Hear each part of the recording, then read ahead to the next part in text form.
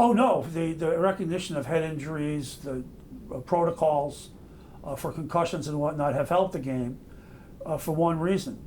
It'll keep letting parents let their kids play. If you lose a generation of players over fear of head injuries, you don't got a game anymore. So the young people need to play. They're the players of the future, they're the fans of the future, but their parents have to know it's safe. And if the game's not safe, you can't have kids play.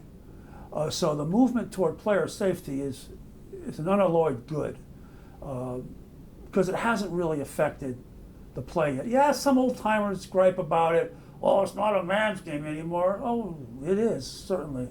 Still a game where toughness matters, and every player on that field is tough, including the kickers. Let's not forget them. It's still a rough game. It's still a game that takes a great level of physical courage to play.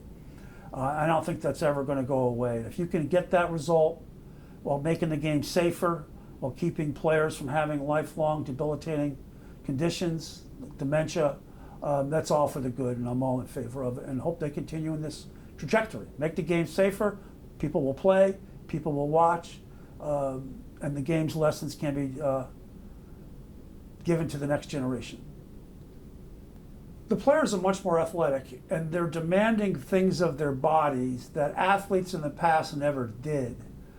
And that puts an enormous amount of stress on soft tissue, cartilage, ligaments. That, with the nature of the artificial surface, which doesn't have as much give as, say, a natural surface. So you put that sort of torque on a leg and trying to make a cut on a dig route, or trying to cover a dig route, and something's going to snap, something's got to give. And what usually gives is the ligament, Achilles tendon, that sort of thing. And that's why it's just that the simple nature of the human body can only stand so much force applied to it, even by oneself. You put that in play with the fact that you're getting hit, things break, things snap. All the NFL rule changes are designed to increase safety over the past generation because of the severe injuries and the long-term effects of the game on the body. So the rule changes have changed the nature of the athletes who play, how they're coached, and what schemes they run. For example, football players are really easy to train to the whistle. And if you've been watching closely over the last couple of years, you'll see players pull up from hitting an offensive player, say. You'll see players pull up from hitting a quarterback. And that's all in the training. They're trained to the rules. So although there are still penalties in college, for targeting, you'll see more players than ever pull up from a blow to another player in the college game because they've been trained to do that, and just more so in the pros, particularly as it concerns the quarterback. Say the last 20 years, the rules have changed where you're not going to jump on a quarterback and spin him down and throw him to the ground.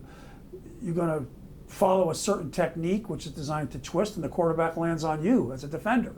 That's designed so you don't get flagged. So the game has certainly changed in that way. But one thing that hasn't changed is that it still comes down to blocking and tackling. If you can't block, you're not going to win. If you can't tackle, you're not going to win. And that's the essence of football. It's one-on-one physical battles between players, one blocking, one trying to make a tackle. And that's where its artistic beauty, I think, resides.